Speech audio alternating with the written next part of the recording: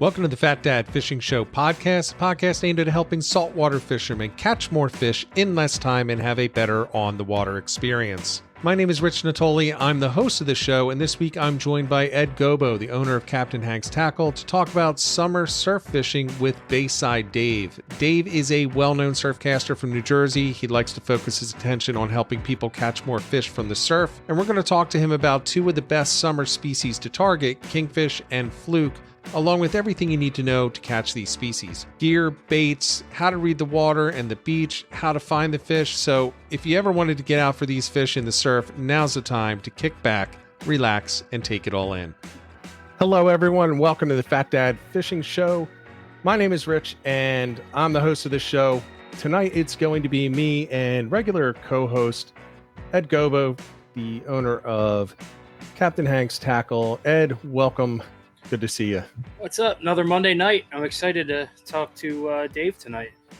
So am I. We have Bayside Dave coming on tonight, and one of the more popular streams that we've done was last year when we were talking about the surf fishing and in the fall specifically. And Dave has been gracious enough to come back and talk to us again. So I guess we didn't offend him too much. Want to get a couple of housekeeping things out of the way up front, though, because it may be a little odd situation tonight. So we have Ed in the middle of a huge thunderstorm right now. So we either may lose him or you may hear thunder in the background. He said he's going to try to work his mute when he can. I have a neighbor who's fixing his truck, which is very loud. So we'll see if that comes through the walls of the house. It tends to. But we'll try to work the mute buttons as we can. But Ed, what have you been up to this past week? Not a whole lot. Went fishing, caught a bunch of cow-nose rays that was Wednesday. And then just been cranking out jigs and trying to clean up the mess. As you can see, I kind of changed some stuff up. Yep. So getting a little bit more organized and just keeping busy. That's great. I had no fishing this weekend, so it's the first weekend in a while that I haven't been out on the water. It's my son's graduation party. That was a lot of fun. I'm still tired from it. That was Saturday night. There was no way I was going to hit the water on Sunday after that. Just way too late of a night. We're going tired. Out this Sunday, right? The plan is this Sunday that we're going to try to get out there. We got to get Billy Ackerman into the water. Actually, he just showed up in the chat, so... we got to get Billy out on the water in his new kayak, and there are a couple other people that want to go out as well. So we may have a group to go out, and I'm thinking maybe we move a little north, change up the scenery a little bit. So let's just say hi to the people that are in the chat. Again, these are not all the people watching, but the people that have chatted so far. We have Bill D, a member of the channel. Hello, Bill. We have James Flynn. We have Billy Ackerman in there. We have a bunch of other people that have not chatted at this point. Although I am seeing Roadkill, I feel fishy. Will we finally get a weekend without a south wind? I am actually, I'm not even looking at the wind forecast yet because I'm concerned that it's going to be a south wind and I don't want to see it. It's bringing, I got the reports, when we were out there for that tournament, it was up into the mid 70s. And I got a couple of reports from people from this past weekend saying it was 58 degrees on the incoming. So I don't know. That's not what I'm looking for. Hopefully we can get some east winds or something like that. But maybe that's something we could talk to Dave about, the effect of the wind on the water temperatures and the fishing in the surf. But Dave's going to come on in just a moment, and we're going to go through that. And this is really geared towards people that don't go surf fishing a lot, like me. Or people that are going down and you want to spend the day on the beach. Maybe you're not a surf fisherman, but you want to spend the day on the beach with your family, but you want to also throw a line out there and have a decent chance of being successful in the summer. And the summer is not the easiest of times, I think. So it's good that Dave's going to come on. And I'm going to bring him on in just 1 second. I do want to mention that last week, I did ask everyone, not for subscribes or members or anything like that, but for people to go on the podcast and give a review and a rating, because that really helps us to draw more guests. We got some pretty big guests coming up soon. And some of the people that I've talked to in the past have said, when you're a little bit bigger, get some more reviews and get some more traction on the podcast, and I'll be on. which I totally understand. And we did get a bunch of ratings and reviews. So I want to thank everybody. I did publish one from last week from Pipeline 6789. Gave the 5-star. Always a great podcast. Always a lot of great knowledge and tips for the Northeast fishermen. Never miss a show. Keep up the great work, guys. Really appreciate that, Pipeline, and anybody else. If you could jump on Apple and give us a review. And just so you know, if you like this stream, it's pretty much exactly what goes on the podcast. You don't have to actually listen to it on the podcast to review it. It's actually a little bit cleaned up on the podcast. I tend to do some audio editing, but it's pretty much the same thing. So again, thank you everyone in the chat. We got Rob, Heaven and L, 609 Fishing. Well, I'm thinking of it here. I'm gonna drop something in on you, Rich. So between now and let's say the end of the month, whoever leaves a review on the podcast, I'm going to take all those guys, put all our names in a hat, and I'll throw out a Captain Hank's gift pack or something. Ah, that would be awesome. I'll throw something in there too. We'll have to think about it. You can do whatever you want, but okay, you do your thing, and then next week I'll come up with something. There we go. All right. Without further ado, we need to bring on Bayside Dave because this is the time of the season that we really need to talk about surf fishing. Dave, welcome back to the stream. It is great to see you. Oh, thanks so much. Thanks for having me, man. I'm looking forward to this. I am too. There are certain people that we love having come back on time after time.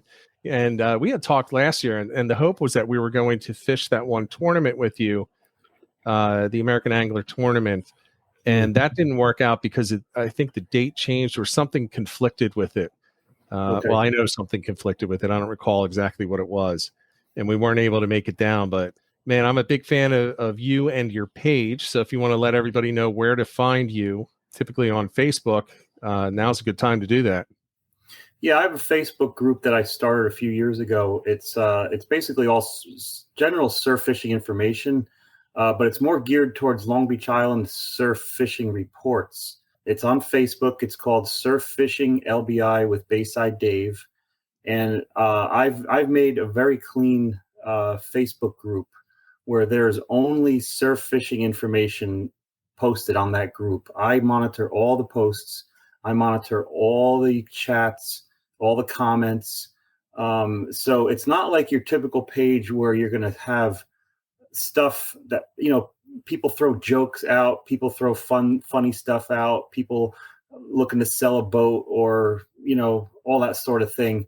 You can count on getting only surf fishing information when you go on my Facebook group.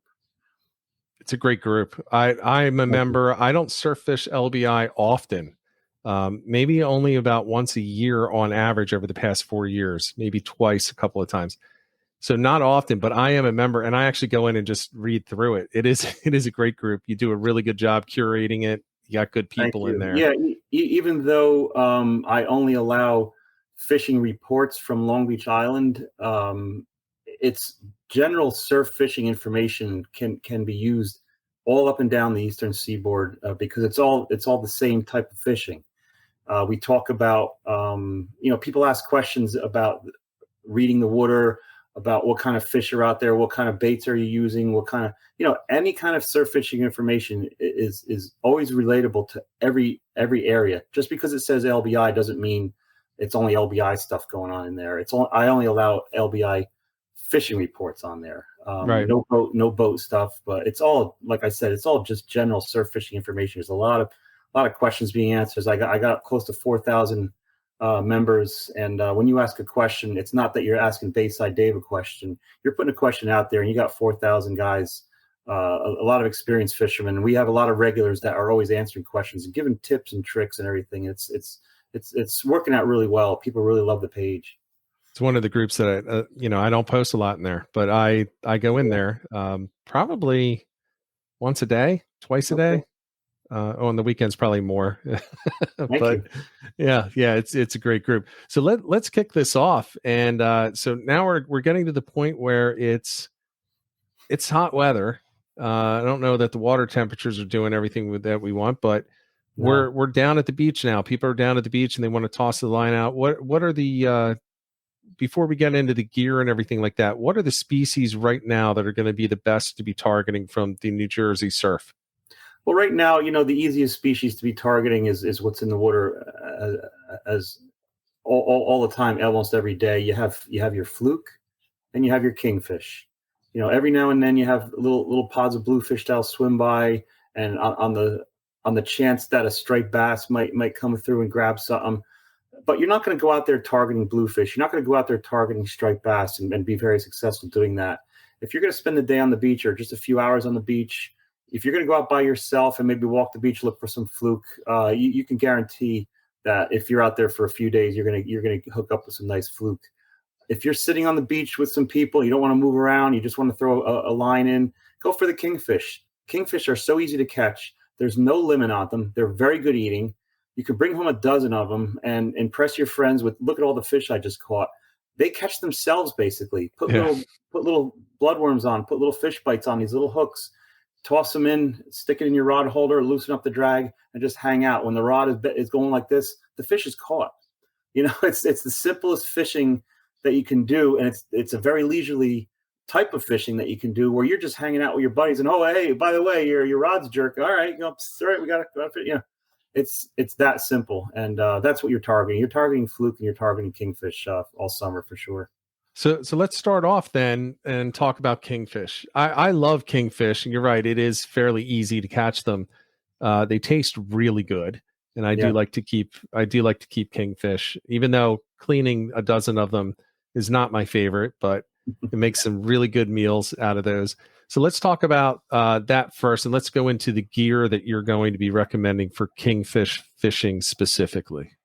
Well, kingfish, you don't really need very heavy rods, but you don't necessarily have to worry that, oh my God, I have a 10-foot rod, this is going to be too much, because you're basically going to throw a rig that has a sinker on it, and it all depends on what the water's doing as to how heavy of a sinker you want to put on. I always tell people, use a pyramid sinker, use a frog tongue, something that'll hold the sand, something that'll hold the rig in place. I generally recommend like an 8-foot rod, and you can go with a 10-footer, but go with a light, something that throws light, something that doesn't throw up to like, any heavier than like a 6-ounce sinker, because you're not really throwing a lot of heavy stuff. You're probably generally going to start out from like a 2 or a 4-ounce sinker. For me, especially when I'm bait fishing, I don't worry about, well, the lighter the better. I'll just start out with a 4-ounce or a 6-ounce. I shouldn't say 6-ounce for kingfish, but I would just generally throw like a 3 or 4-ounce sinker for kingfish. You'll say, oh, that's kind of heavy, but you don't want it to move anyway. So what's the big deal? Right. Start with a 3 or 4-ouncer, 8-foot rod. Bring a spike with you, unless you want to just hang on to the rod yourself. That's fine. It all depends on, how active you want to be with your equipment. And basically kingfish rigs, I use these are 2-hook rigs. You can get 3-hook rigs. They have 2 dropper loops. They have like a number 8 or a number 6 J hook on here. Pretty small hooks. They have pretty small mouths on them. And at the very end, and then I have my I put a bank sinker on this, but I like to tell people to use pyramid sinkers. But the bank sinker works just as fine, because sometimes, if the fish isn't biting, you don't feel any fish biting for about 10 or 15 minutes, then just turn your reel a few turns, and the bank sinker will just drag across and reset itself. And as far as bait is concerned, bloodworms are best, man. And you don't need the whole bloodworm. 1-inch pieces. Cut little 1-inch pieces of bloodworm, and you thread them on. You take the end of the bloodworm and you stick the hook point right down the center of the worm, and you push it onto the hook. Let it turn its way up onto the shaft, and just before the other end of the worm gets through to the end there, just poke it through the side of the worm, pop it through the barb, and that'll hold the worm onto the hook. Some guys like to hold the worm on with what we call, fish bites. We call them fish bites because that's what they're named. Right. They're fish bites. These are a natural product. They're made from fish parts, and they're put on a strip. It's a very lightweight mesh that they use, and they come on these. They make these strips. They look like bubble gum. They make this is a red one or a pink one. They make green. There's a couple different colors and all that. It's the same thing. Little 1-inch pieces. That's all you need, and just pop them on the hook. Some guys like to use this to hold the worm on. I don't generally need to do that. It all depends on the water. If you got heavy water pulling your baits off, pop a little piece of fish bite on the end there. That'll help hold the worm on. Now these have a little mesh on them. These feel solid when you cut them. I usually just cut them with a scissor, or you can just pull them off like that, and you got a little 1-inch piece, and just click them onto the end of the hook here, and they'll start softening up in the water. And but the mesh that they are installed on or made on will actually hold them on the hook really good. After about 15 or 20 minutes, if you don't get any bites, that's when you want to change your bait out. I always leave baits in for about 15 or 20 minutes tops. And even these fish bites start to deplete. They start to get really soft, and they start to pull off and go off into the water. And you'll end up with your just little piece of mesh on the end of your hook. And they're not easy to pull off. So that's why just grab a pair of pliers and you yank them off, and they'll pull right off. Always try to get bloodworms. The best bait for sure. Keep fish bites on you. I've gone out to the surf with nothing but fish bites and caught plenty of kingfish. It's a very good product, and it's always something to fall back on. You run out of bloodworms, you got your fish bites. You're not going home. Fish bites are great. Yeah, and like I said, you always change out your baits. Check your baits every 15 or 20 minutes when you're surf fishing, for sure. And that's the deal, you throw it in there out to where the sandbar is, where the sandbar, not to the top of the sandbar, of course, right where the sandbar runs into the bottom of the trough there. That's where you want to kind of land your bait, tighten up your line, don't pull the sinker back out of the sand, just get your slack tightened up a little bit. And that way you can feel when the fish is on. You'll see the end of the rod go. A lot of times people aren't really experienced surf fishing where they look at their rod and it'll dip down. Is that a fish? No, that's the water. That's the surf. That's the waves. That's going to make your rod dip down. You'll know when a fish is on. That sucker's going to start shaking. And it's not going to stop shaking. That's a fish. Reel it in. You don't have to set hooks hard on a kingfish. Right. Just tighten up the slack and start reeling, and that fish is on. It's so easy to catch. I'll say that I actually primarily use the fish bites when I'm going for kingfish. I haven't now. I won't say that I haven't seen a difference, but I haven't had an unproductive day using fish bites next to somebody who's also catching on bloodworms. But I will say bloodworms are better. Yeah, for sure. You have that scent, you have the blood in the water that really attracts them pretty hardcore, but they are hunting and looking for something to eat. So when they see something, they see that little pink thing or the little green thing that you have floating there, they're going to go at it and see what the heck is that. And because it's a natural bait, fish bites, they're going to go at it and they're going to grab it. And like I said, kingfish catch themselves. You got your line tight. You don't have to loosen up your drag like you're going to have a 10 or 15 pound striped bass. Grab your line and pull your rod into the surf and it's gone. Kingfish are about a pound and a half. They're not going to pull your rod into the surf. Leave that line tight. Just a little. Obviously, leave some drag on in case a striped bass does grab it. Because I actually caught a 32-inch striper on a kingfish rig. So loosen up your drag, but you don't have to have it so loose. And that tension will help hook that fish. Yeah, I would say I have caught a striper, not a 32-incher, but I have been surprised by striper and a bluefish on fish bites in the surf. And it is a surprise, even a small brown shark, which I can't believe I ever got it in. I mean, it was really small, but still I somehow got it in, and it was on one of those prepackaged kingfish things, which the leader must be 10-pound leader at the most. Yeah. And somehow it didn't catch a tooth. When I fish for big fish, a lot of times I'm using small baits and smaller hooks. I find when big fish are in the surf, they're nosing around in the sand, looking for sand fleas, looking for calicos, looking for the sand eels. That's all small baits. Right. So if you have small baits out there with small hooks, I'm not saying that's the only way to catch big fish, but I've caught a lot of big fish on 4-0 hooks with just small pieces of bunker, small pieces of clam, even sand fleas. And speaking of sand fleas, if you have them in the surf and you have a lot of little ones, kingfish love little little sand fleas. That's the mole crabs. Those The little little bugs guys. that you see in the surf. Pop a couple on. You know, you have 2 or 3 hooks on your rig. You know, you have a fish bite or a bloodworm on one, and you see some fish. You see some sand fleas. Just pop a small one on the hook. Guaranteed, you're going to catch one. Well, that's one of the best. It's one of the best baits. It's like shrimp. Shrimp and sand fleas are like the two bottom of the food pyramid. Yeah. Almost every baits. fish that I catch in the surf, from 1 pound kingfish to 30-pound striped bass, have sand fleas in their belly. Yes. Now let me ask you, Dave. Do you keep the kingfish? Do you eat them and prepare them yourself? Oh yeah, of course, sure.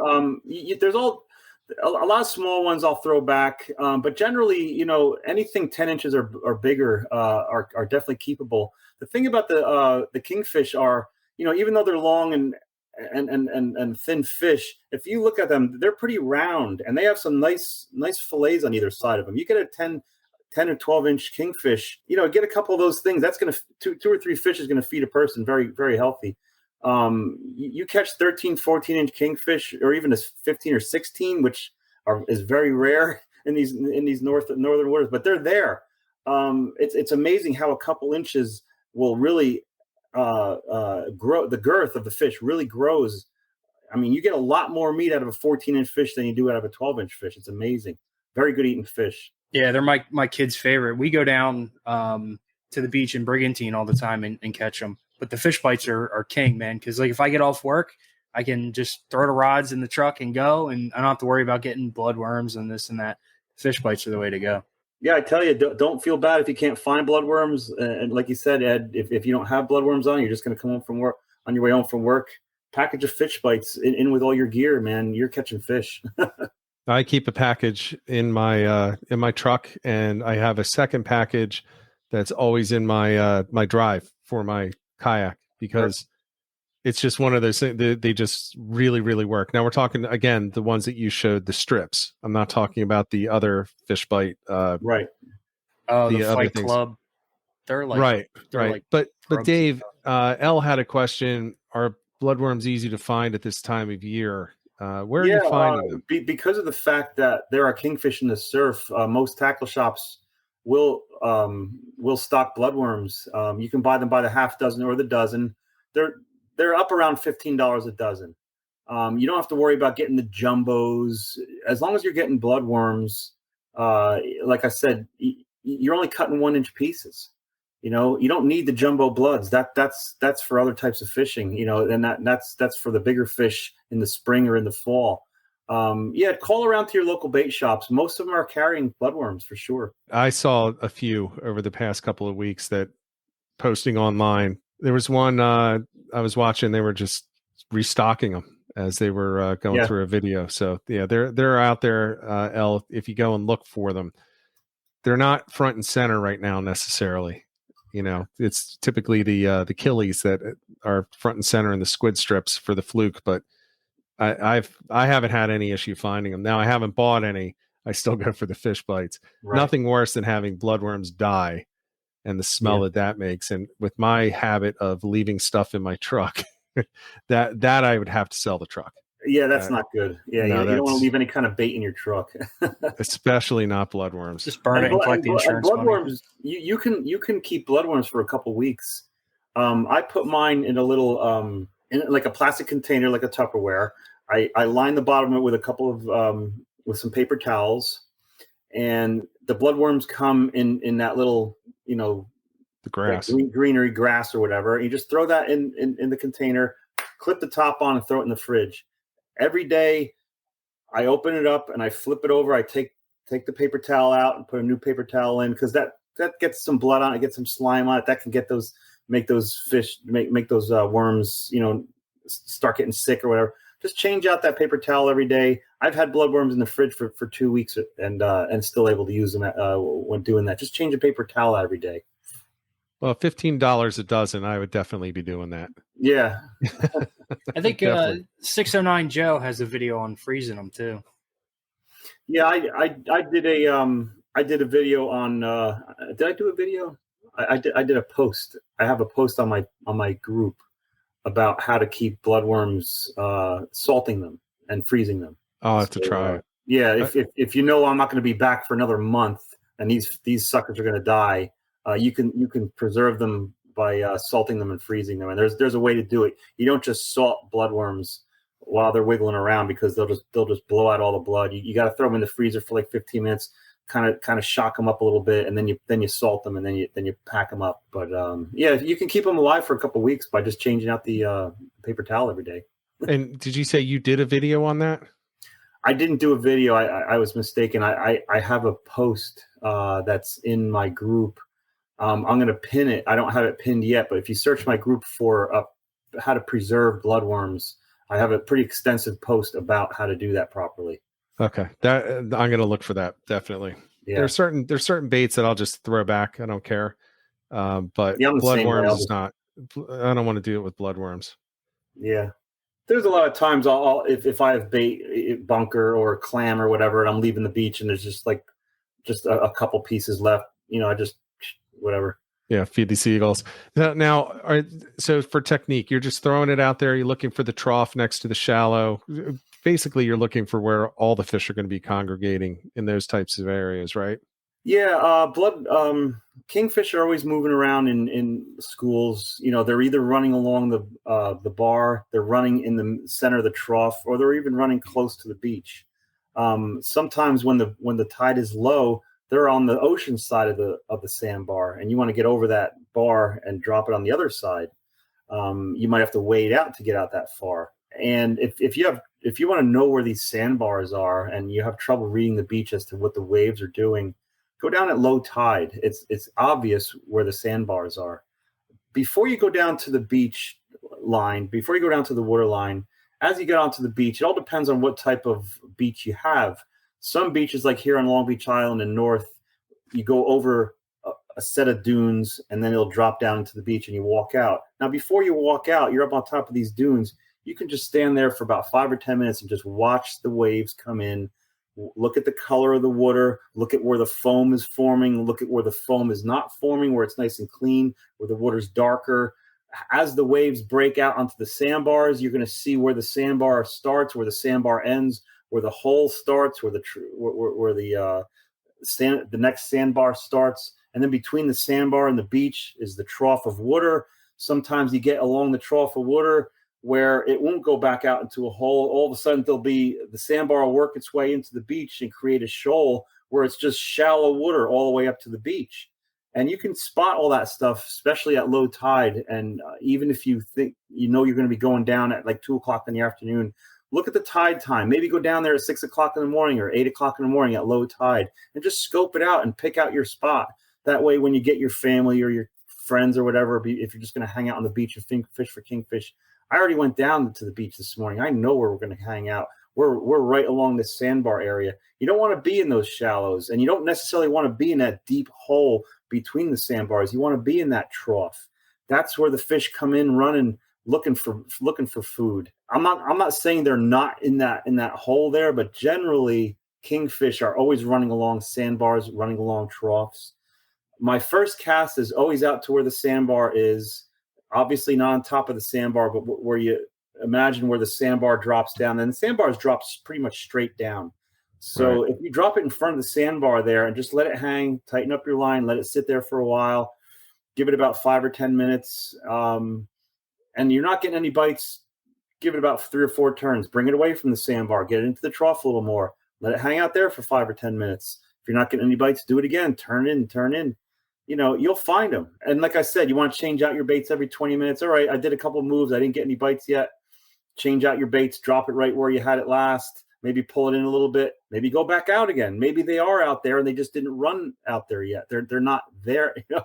They're going to be running along the sandbar, but they just weren't there yet. Even though you were out there already and you didn't get any bites, they might not have come in yet. So always keep changing where you're going to drop your baits, and you'll find them, because when the kingfish are in the surf, as long as you're out there with your baits, you're going to catch them. And sometimes when kingfish are running and they're in big schools, if you have a 2-hook rig, you're going to catch 2 at a time. You have a 3-hook rig, you're going to catch 3 at a time. And that's a lot of fun, taking pictures of that, Right. when you pull in 2 or 3 fish and the kids are running over. Oh, Daddy, look at this, is great. It's a thrill, for those kids. And, it's just a lot of fun. I agree. I'll mention before we move on to Fluke, I want to mention one thing about scoping out the water from the top of the dunes. And this is something that I had a friend who way back in the day, and we would go down, he would always stand up there and look, but he never seemed to get in the right spots. And it turned out after the entire summer went by, we both lived down there in the summer. It turned out that the reason that he was in the wrong spot is he forgot to adjust where he was when the tide moved. So he was thinking of it like, oh, the trough is like 10 feet in front of the water. Well, the water just came up 60 feet. So he's fishing you know what I mean? Yeah. So he needed to use the landmarks on shore. So like line it up with the rock on the jetty, Sure. or Yeah. something like that. So he was actually fishing the shallows for quite a while. Oh, that's not good. Well, it was funny though, because he was so angry about not. There's another quick trick. If you're staying there and you're looking at the waves breaking, you're just like, I just can't see it, man. Go down to the waterline and look perpendicular up the beach, and you'll see how high the waves come up on the beach. You'll see some of the water comes up higher in one area than other areas. That's because when waves hit sandbars, it kills their energy, and by the time they hit the beach, they can't flow up on the beach as high. Now, in between the sandbars are the holes that we call it, the deep parts, the deep water. As the water comes in, there's no sandbar breaking the energy of that wave, so that wave ends up coming up higher on the beach. So when you look down perpendicular on the beach and you see an area where the water is coming up a lot higher, that's in between the sandbars. That's the hole. And as the water comes down and then starts to get lower towards the water where it runs up, that's where your sandbar and your trough is. So the main thing you're looking for is how high the water comes up on the beach, that that's the hole. That's not the trough. That's not the sandbar. And then just work your way towards where the water gets shallow, runs up not as high. That's where you're in front of a sandbar and in the trough area. So that's almost a sure way to find of the structure on the beach. I think a lot of people overthink it, on how to read the water. They'll stand there for 20 minutes, 30 minutes, and they're like, I don't see anything. Well, you do. You're just overanalyzing it. It's not that hard once you see it. It's like those pictures where you used to have to see the 3D pictures. Yeah. Once you see it once, you can do it every time. You can see it again. But sometimes it just takes you a minute to realize, oh, wait, this is what the rip looks like. This is what the trough looks like. So, I mean, as you said, I think going down at low tide is by far the best thing to do. Just keep in mind, if you go down at low tide today, don't expect it to be the same when you go back in September. You need to do it, within close proximity. I tell you, in a week or two's time, it changes. You'll have a nice hole on 19th Street, and then all of a sudden it's on 17th Street. And 19th Street is a big shallow now. The ocean just plays with the sand and moves it around, especially when we got rough seas. It just changes all the time, and that's why you always want to check that out. And like I said before, if you feel that you've read the water properly, that you know where the hole is and you know where the trough is, and you set yourself up. I mean, I do this still today. I'll be down there knowing I'm in front of the sandbar and I'm in front of the opening and all this blah blah blah. And after about 20 minutes, half hour, I'll be looking around. I'll be like, I should be that way about 50 yards. Because after you're down there, you're acclimating yourself to the surroundings, and you're really, the waves are coming in. The waves have been coming in for 15, 20 minutes, and you're starting to read it even better. You're starting to feel where you are. You're starting to realize, by the way I looked at it from the dune and by the way I looked at it from looking up the beach, I thought I was in the right spot. But now I realize I'm not. Make your move. Right. Don't be lazy when you're on the beach. No, because you want to find fish. Exactly. So let's move on to a little bit about there's a comment in there, couple comments. One that I do want to mention is kingfish heads make good shark bait. Kingfish heads make excellent shark bait if you really want to catch bait. They're, I mean, everything. They're like spot. I save them in the freezer for striped bass. When I fillet kingfish, I save all the heads. May as well. It's the same thing as spot. Spot is great for striped bass. It's great for fluke. Kingfish heads are they're like spot. I mean, you catch them the same way too, by the way. And I find the dogfish aren't grabbing the kingfish heads. They like grabbing meat. Oh, really? Yeah. I know brown sharks love kingfish. Okay. I know that. I don't know about. I don't remember catching dogfish on them. Nope. I'm not saying you won't, but for the most part, I get a lot less dogfish when I'm using kingfish heads. Well, that right there is some good information to keep in mind. Then don't tell anybody. This is my secret. We'll keep it quiet. No, it's really it's starting to get to be a really well known thing. You're catching kingfish, fillet them, cut the head, save the heads, throw them in a Ziploc and throw them in the freezer, man. In the fall when the stripers come, hook them up, baby. They're good. All right, so I'll be doing that. I definitely want to get down there and get some kingfish this year. Again, I want to get them because I love the taste of them. They're one of my favorite fish, and it's one of the fish that I target the least, mainly because I'm now primarily fishing from a kayak, but I'm going to get out there and do it. But let's talk about what is my favorite summer fish to catch, and another great target, and a lot of people don't think it is, but fluke from the surf. This is the time of year for it, right? It's my bag, man. I love it. I fish all year long. I catch all kinds of fish from March until December into January. I live for fluke season, baby. I just love it. I just love the hunt. I love looking for them. I love finding them. I just love it. It's very cerebral thing fishing for fluke. You got to look for them. You got to find them, and you got to catch them. And that whole challenge, I just love it. I love it so much. Now, what gear are you using from the surf for the fluke? Well, because I'm out on the beach for a good few hours when I'm fluke fishing, and when you go fluke fishing, put a few hours aside, because it's not. Don't get me wrong, it's not frustrating, but it takes time, and you got to put your time in. Use a lightweight rod, 7 foot or 8 foot at the most. I recommend an 8-foot rod for most people. Get a rod that's like a medium to fast action. It's all written on all the rods, what type of rod it is. It'll say medium action, fast action. Get a medium to fast action rod. Get a rod. Rods are always marked as to how much weight they throw. Get one that throws in the vicinity of 1/2 ounce to 2 ounce, 5/8 to 3 ounce, no bigger. And as far as a reel is concerned, whatever brand you buy, get around they're all generally have the same number for the sizes: a 3,000, 3,500, or a 4,000. That's about as big as you want. No bigger, no smaller. You don't want anything too small. You don't want anything too big. You're going to be out on the surf for a few hours. You don't want to, after a couple hours, be like, man, it's starting to get on my arm here, man. It's got some weight to it. But and 20-pound test braided line. I recommend the braided line when you're casting, when you're throwing lures for any kind of surf fishing. Braided line is very pliable. It's not like mono. It's going to hold its shape, because if you've ever fished with mono and you're throwing lures, it kind of wants to hold that coil that it just that happens when it's in the reel, and it doesn't peel out easy.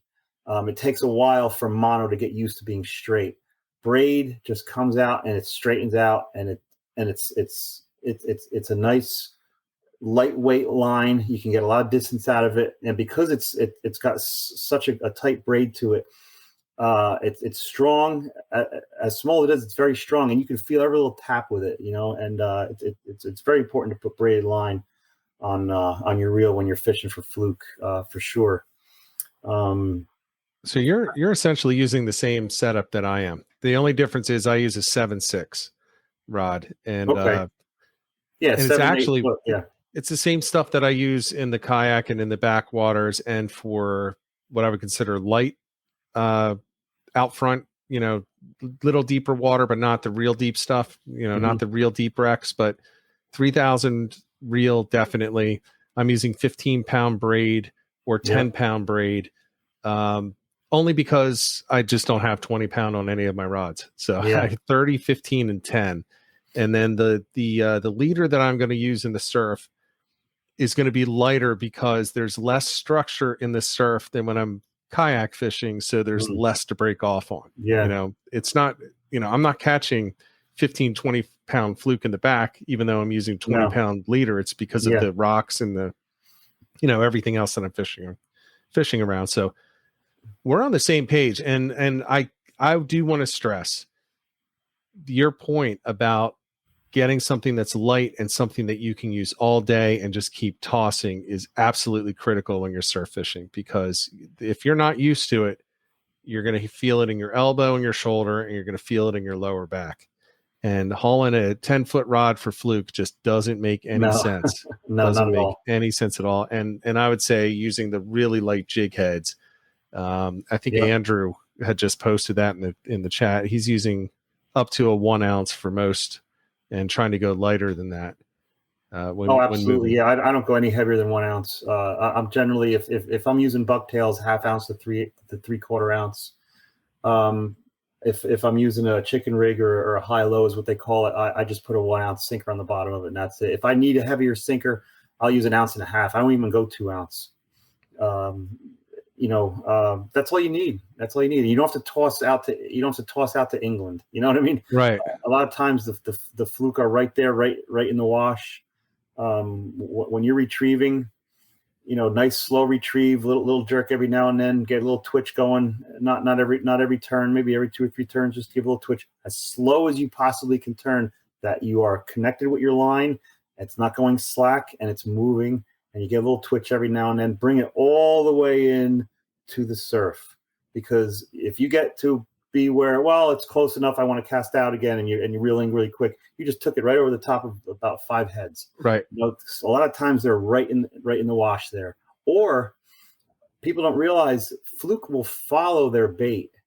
You'll toss it out by the sandbar, drop it down, and start jigging your way in. You could have 2 fluke just following it in all the way in without even touching it. Right. And all of a sudden they'll see the surf and they'll be like, oh shit, there goes our meal. Boom. And they hit.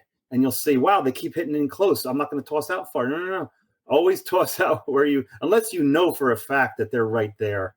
They'll follow their way all the way in and bring it right into the wash before you lift your line back out, because a lot of times that's where you're getting your hits. So tell me, if you're the same as me, how cool is it when you catch a fish behind a guy that's fishing near you, and you're just they're out to their chest, hauling it out there, and just standing there getting pounded, and you're standing there ankle deep water, and you're casting behind them, and you're catching you're catching fluke behind them. There are times when I'll cast perpendicular to the beach and just fish the wash. Yes, because I know that's where they are, and I don't know what spot they're in, but I know that's where they are. And even at a lower tide where I have a good trough, or a good deep trough, and it's a low enough tide that there's a shallow area of shoal that I can walk out on, maybe ankle deep, maybe shin deep, that'll take me out to the sandbar. I'll walk that shoal and I'll just cast perpendicular to the beach and just hit every line of that trough and see where those fluke are laying. And a lot of times it's right in the last break, right before the beach. Right. I mean, if you think about it, and this is one species where what you know about them in the backwaters and offshore absolutely still applies to the surf. They are still going to behave the same way. They're ambush predators. They're going to look for the change, and they're going to look for structure, and it's going to be a drop off in there. It's going to be a ledge in there. Wash is a structure. It gives them a place to camouflage themselves and hide, so they will feed in the wash. Now, I wouldn't say that's your first place to go, right? No, they will go up in there, that they're not typically just going to sit there. No. But working the structure, it's the same thing as in the back. Find where the current is. If there's a rip current going through there, you're going to get the current that goes around the sandbars, not as much over top of them, but around them and down into the trough. So it's really working that kind of stuff. So to your point, there's a lot of thinking that goes into it, which to me it makes it more fun. It's more of a hunt. Unlike the kingfish. The kingfish you hunt a little bit, but eventually they're going to come by if they're there. And when I'm standing in a spot on the beach, I'm not just casting straight ahead. I'll do 3 or 4 this way, and then I'll go to my left a little bit, and then go further to my left a little bit. Then I'll come sweep across. I'll start casting this way and this way. As far as I can cast, wherever my rigs are dropping, I'm probably covering about 50 or 60 yards, 20 or 30 yards on either side of me. I'm using that whole area. I'm fishing that whole area. I'm not just fishing a slot in front of me. And even when you're retrieving, you're in one spot, so you eventually keep only fishing a small spot in front of you right off the beach, even though you're casting out far and that far cast is covering this whole area. If you're not catching any fish, don't necessarily move down to where, as far as you cast left, move down as far enough so when you cast far right, you're going to start in that spot. Go down about 20 yards where you're in the center, where you're right center on as far as you cast left, and start casting straight out left and right again, because now you're covering all the ground that you missed coming in on the angle, if you understand what I'm saying. Absolutely. And people do that all the time. I used to do that all the time. And I think the only reason I stopped doing it was by accident, is because I got older and I got tired of walking, 6 miles on the beach. So I take more time and I take 5 steps, 10 steps, and I do, less cast, but you cover more water that way too. Yeah, for sure. And, you talk about structure, and you talk about bars, and you talk about deep water and troughs and all that stuff. One day you'll be catching fish. They're all laying out by the bar. The next day, and in a deep water, the next day you go down there, and all of a sudden you're not catching the deep water anymore. And you'd be like, what about that shallow stretch that comes right up to the beach? Right now there's about knee deep in water there, and it's about 30 yards wide, and there's kind of waves all churning across all that. It's about waist deep, maybe not even waist deep, knee deep. I tell you, throw in there. I've caught some big fluke just laying in 1.5 foot of water, 2 feet of water. You got to try it all. You got to try everything, and you never know where they're going to pop up. And like I said, I keep talking about, in the troughs in front of the sandbars. You're in front of a big hole, throw it in there, man. Sometimes they just made their way in and they haven't gone into the trough yet. They could be all laying there just kind of searching around and being like, oh, where am I? I haven't, oh, here's some food, and oh, it's got a hook on it. Oh, I'm caught. No, just try it all. Just try it all. You can never tell where they're going to be. So go ahead, Ed. Fishy. I feel Fishy has a question about the movement of Fluke. What do you think, Dave? Do they move offshore in July and then move back in later, or are they still just there? From what I believe, the Fluke will come in and they head into the bay. The bay holds warm water before the surf holds warm water, because the bays are shallower. The bays are in the sun, and they go into the bays. And early in the season, I love fishing the bays, off the sod banks, off the jetties, where the inlets are, stuff like that. As the water starts to warm up in the surf, they don't necessarily go into the bay. They start lining up in the surf. Come the end of July, all the fish that are in the bays start making their way out to the beach, making their way out to the ocean.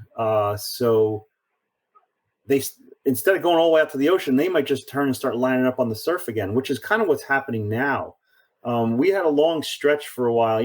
Early in the season, we were catching some pretty decent fish off the surf because we had water warm up early. And then we had about 10 days of southwest winds that just chilled the hell out of the water, and fluke fishing died out off the surf, and it moved into the bays. We're still battling with having the water warm up in the surf, because as the water warms up, the northeast winds come, the east winds come, and the sun is baking on the water, and it starts bringing the water temperatures up. The fluke starts showing up in the surf again. All of a sudden, we had some more south winds coming. This, you guys see it. It's been happening again. It just happened this weekend. I had guys out in the surf on Saturday. They couldn't even stand in their bare feet. That the surf was so cold, and they weren't catching any fish. Yep. As far as fluke moving in and then moving out and then moving back in again, I'm really not that much of an expert on that. I just know what I see in the surf at the times, in fluke season. As long as the water is in the mid 60s up into the mid 70s, you're going to find them in the surf. You're going to find them in the bays. You're going to find them in, around the islands and stuff like that. So as far as the movement of the fluke are concerned, I'm really not that familiar with the fluke in that way to really answer that question properly. I could chime in a little bit on that. I've done a lot of fluke research. So here's everything that I have learned and experienced with the fluke. So they're going to come in the spring, early spring, way before the season starts. The fluke are there. They're moving in. They're just not incredibly active if the water's really cold. About now, they are moving offshore, but they're not all moving offshore. So a lot of people say, well, I won't even fish the back. It's not worth it after, a certain date. It's usually around now, mid-July, because all the fluke moved offshore. Well, a lot moved offshore, but you're still going to be catching, if you know where to catch the fluke, and not just the numbers of fluke, but the bigger fluke, the real size ones, in New Jersey, the overslots, the over 18s, you're still going to be able to catch them all the way through September.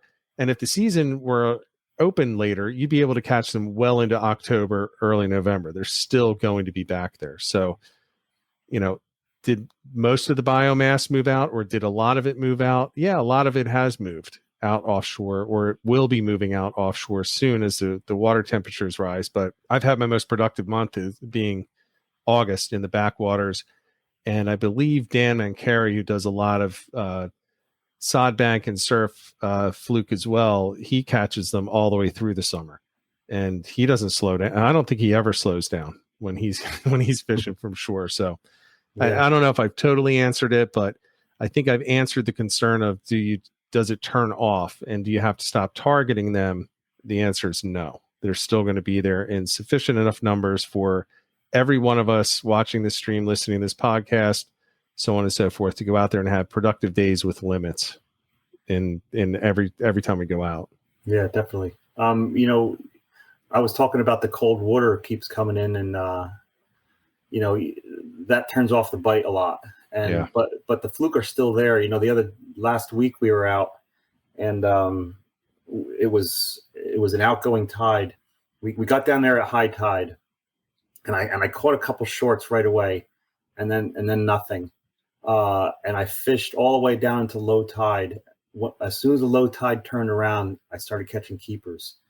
I guess as the water went out and it got shallower and the sun was out, it kind of warmed up the water a little bit and woke the fish up a little bit. So even though you're saying, wow, we had all this south wind and the water got cold and all that stuff, is it worth going out fishing for fluke? Go around an hour before low tide when the water level is low and the sun is out and it's warming up the water. The fluke are there. They're just not feeding in the cold water.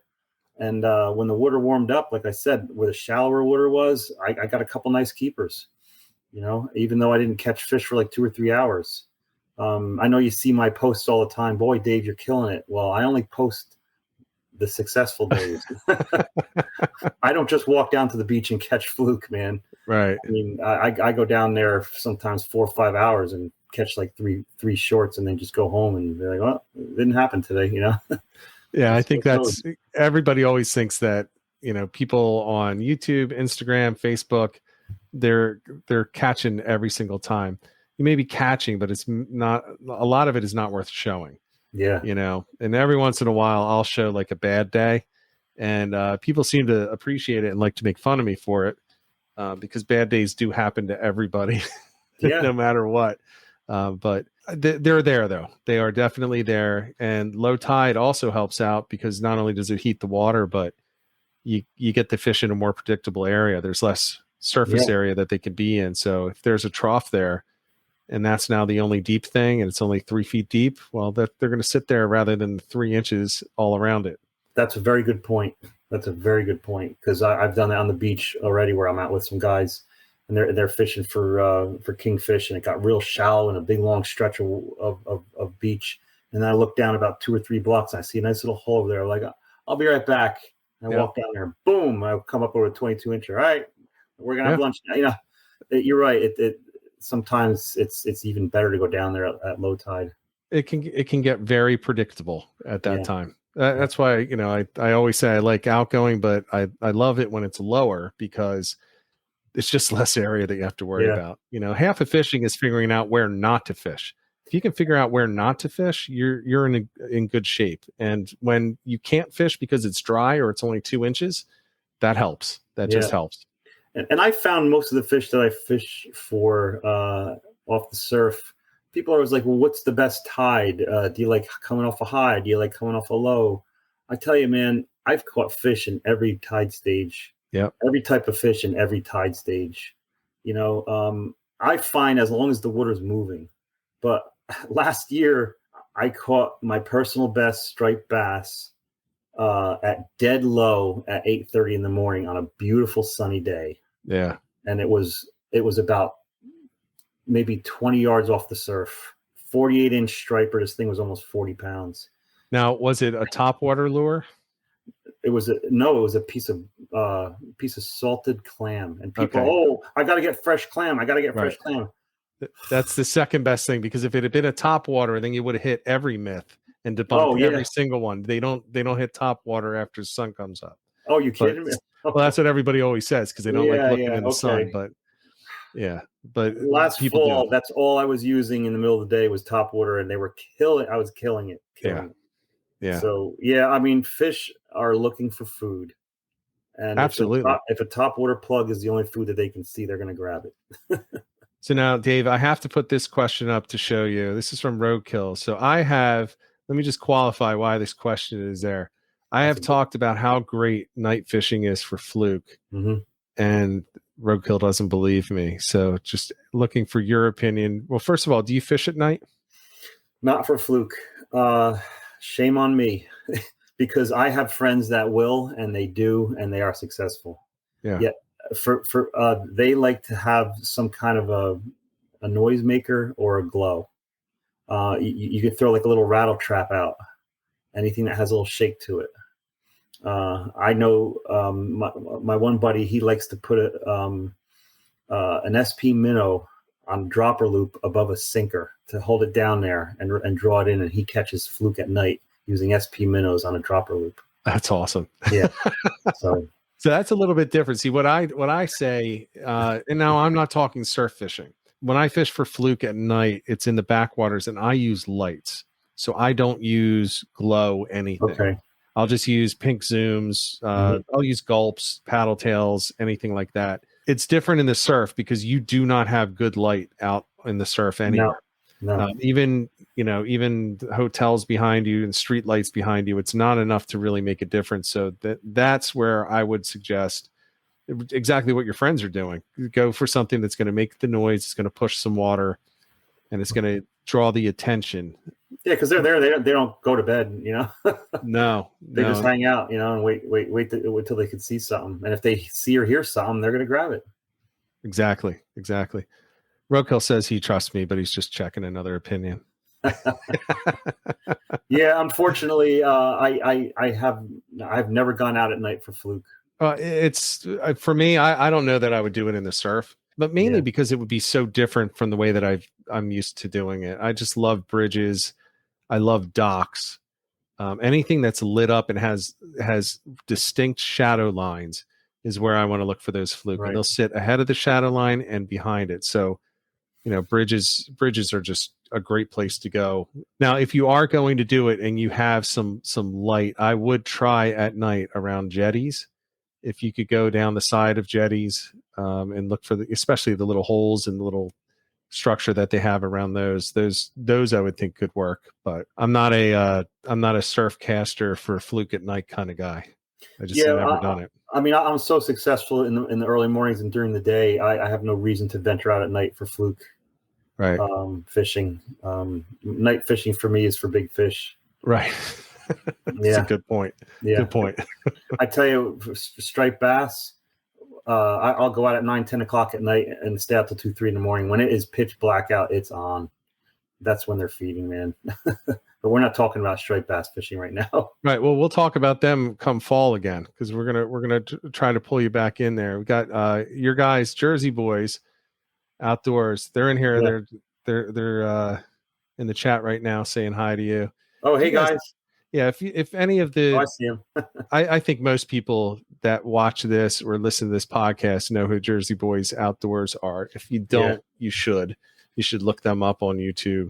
Yeah, they do a great weekly report. It's basically, just showing people who's catching what where, and it's a great thing to follow because it just keeps the information out there as to where they can go to become successful and catch fish. And they did a great thing pulling me last year. Do a video on doing the basics and surf fishing for striped bass. Using circle hooks and baits and all that stuff, and we just did one a couple weeks ago for Fluke, and they're just a great channel for information. Definitely look up Jersey Boys Outdoors for sure. It's really well done too. I've watched both of the. Well, I've watched a lot of their stuff, but I have particularly watched those too.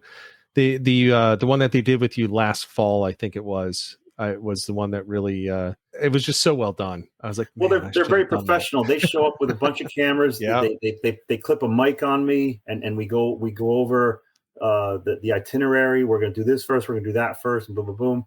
And I don't know if anybody watched the Fluke one that I did a couple weeks ago with those guys. Yeah, it was all in one take. I mean, we did it in 3 or 4 sections. We didn't go over it.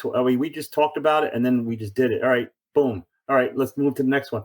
All in one take. That's how these guys not only are professional, but they're good at guiding me with the information that I want to give, right? In an interview style that really makes me feel relaxed and comfortable enough to talk and just get all the information out there. That we did it all in one take. It was beautiful. They're good at that. It's so anybody who hasn't checked them out, actually, there's a bunch of people in the chat tonight you should be checking out. 609 Fishing. Again, you guys are probably already familiar with these. I think my channel is the smallest of all of them, but check out Jersey Boys 609. Check out Heaven and Elle on Instagram, Heaven and Elle Outdoors. She's always got good stuff out there. Yeah. So before we go, we're over an hour now. Are there any things that you want to share that we haven't covered for the people that want to get out there and get on these fish at this point? Well, we talked about the equipment to go out for Fluke. We didn't really talk about baits. Generally, when you go to your bait and tackle shops, you obviously want to get a Fluke rig. You want to get Gulp. Gulp is the best thing to fish for Fluke with. This is a swimming mullet. This is a 5-inch swimming mullet. It's on a 6-hoe bait holder hook. There's different sizes. You got 4-inch, 5-inch, 6-inch swimming mullets. These are grubs. This is the Pink Shine grub. This is the premier bait for Fluke for the past few years. 4-inch and 5-inch Pink Shine grubs, baby. Oh my God! You put these on your hooks, you're catching Fluke. So there's 2 types of rigs. My go-to rig is a chicken rig or a high-low rig. I have a sinker on the one end, and I have a dropper loop with a hook up about a foot and a half, and about a foot and a half above that is another dropper loop. So it's a 2-hook rig with a sinker on the bottom. I use a 1-ounce sinker, and I pop Gulp on the hooks. Some of the Fluke rigs that you'll find in the shops will have a little bit of a teaser on it, bucktail, or a little bit of a shiner, spinner, whatever. Those are just as fine. But you want to put like a Gulp on there, and talk to your bait shop owners, the people who work there, get their recommendations as to what Gulps to use, or even like you were saying, squid strips are great to use. They're good to enhance. This is the other rig that's good to use. You got a bucktail on the bottom, 1/2 ounce, 3/4 ounce. This is a 1-ounce bucktail. That's on a closed non-slip loop on the bottom, and then about a foot and a half above. This is a rig that I bought out of one of the bait shops. This is from Top Notch Tackle. Top Notch Tackle makes one of the best rigs for all types of fishing. But this is the one that I got from them. This has the bucktail on the bottom. This has the teaser up top. He ties all his rigs. Emmett ties all his own rigs. He ties all his own bucktails. I highly recommend getting top-notch tackle rigs if you're going to fish for almost anything, but especially for fluke. So that's the two types of rigs. I mainly use this high-low chicken rig with 2 hooks on it. I love using that because I have 2 baits up high.